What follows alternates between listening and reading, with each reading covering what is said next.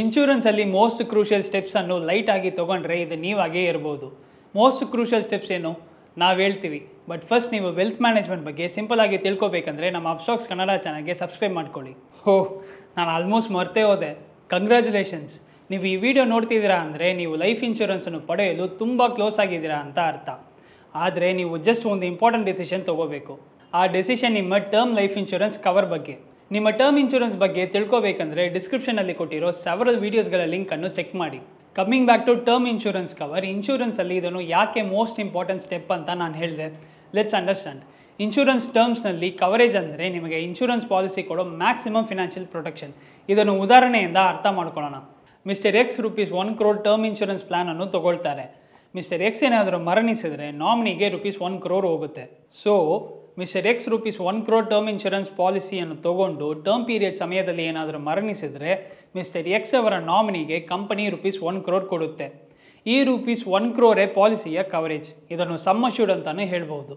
ನಿಮ್ಮ correct life ಕವರನ್ನು 4 ಸ್ಟೆಪ್ಸಲ್ಲಿ find ಮಾಡಿ.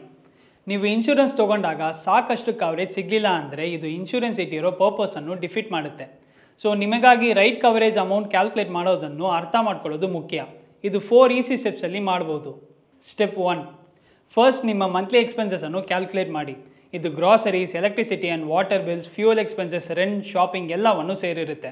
Step 2, ನೀವು ಇನ್ಶೂರೆನ್ಸ್ ತೊಗೊಂಡಾಗ ಸೇವಿಂಗ್ಸ್ ಏನಾದರೂ ಇಟ್ಟಿದ್ರೆ ಅದು ಎಲ್ಲಿ ಇನ್ವೆಸ್ಟ್ ಮಾಡಿದ್ರೂ ಆ ಅಮೌಂಟನ್ನು ಕೂಡ ಕನ್ಸಿಡರ್ ಮಾಡಿ. ಸ್ಟೆಪ್ 3, ನೆಕ್ಸ್ಟ್ ನಿಮ್ಮ ಲಯಬಿಲಿಟೀಸನ್ನು ನೋಡಿ.